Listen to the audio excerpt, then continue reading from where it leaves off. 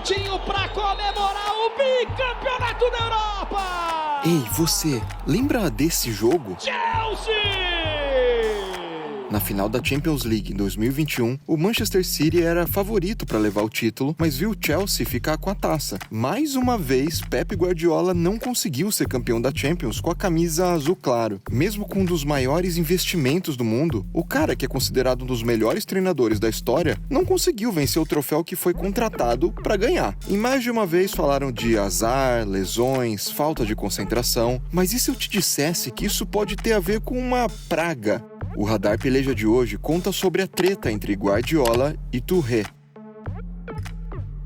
Mas antes de todos os detalhes, se liga nessa dica minha pra você. Se teve uma competição que o Guardiola não teve praga nenhuma, foi a Bundesliga, tanto que ele ganhou 3 vezes seguidas. Com o aplicativo da OneFootball, além de você ficar por dentro de tudo que rola no mundo do futebol de forma instantânea, tendo acesso a resultados e notícias sobre o seu clube, você ainda confere os jogos ao vivo da Bundesliga. Sim, jogos ao vivo e de graça do campeonato alemão na OneFootball. Então ajuda o Peleja clicando no link que está na descrição para você baixar por ali a OneFootball.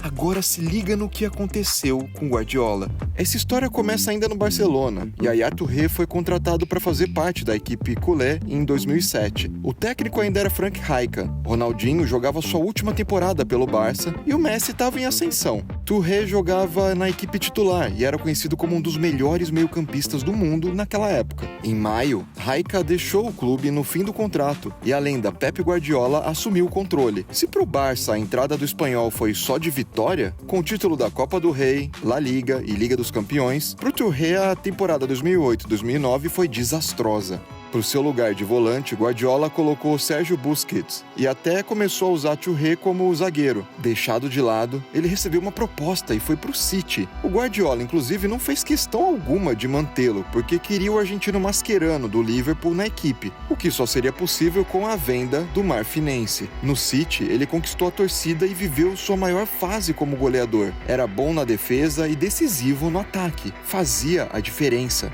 Foram 8 temporadas completas pelo City, vencendo 3 vezes a Premier League, 1 vez a Copa da Inglaterra, 1 a Supercopa e 3 vezes a Copa da Liga. O cara virou um super campeão. 6 anos foram marcados por uma ascensão com Roberto Mancini e Manuel Pellegrini, até que em 2016 o Manchester City intensificou seu plano de vencer a Champions e para isso contratou um velho conhecido de Touré, Guardiola. Depois de ganhar 14 títulos com o Barça, sendo 2 Champions e 2 Mundiais, Pep era o cara ideal para o projeto. Mas assim que chegou, ele revolucionou nas contratações e principalmente descartou alguns medalhões do elenco. Nessa movimentação, mais uma vez o Marfinense foi colocado de lado. A primeira briga entre ele e Guardiola começou logo quando a lista da equipe para a Champions League foi divulgada. Touré ficou de fora, supostamente por causa do limite de atletas estrangeiros. Mas a desculpa não colou. Ele pensa que é Deus. Yaya tá no clube há muitos anos. Joe Hart tava há muitos anos. Kompany também. Aí chega um novo treinador e diz: ok, esses jogadores estão fora como cachorros. Isso quem disse foi Dimitri Seluk, o agente do Touré à BBC. Por causa das declarações, o jogador foi colocado na geladeira por quase 3 meses e só voltou a ser relacionado quando se desculpou publicamente com Pep. O Marfinense voltou para os gramados e passou a ser titular no fim da temporada, quando renovou seu contrato por mais 1 ano. Porém, a fase boa não continuou. No final do contrato em 2018 foi o fim da história dele com o City, mas não o da treta com o treinador.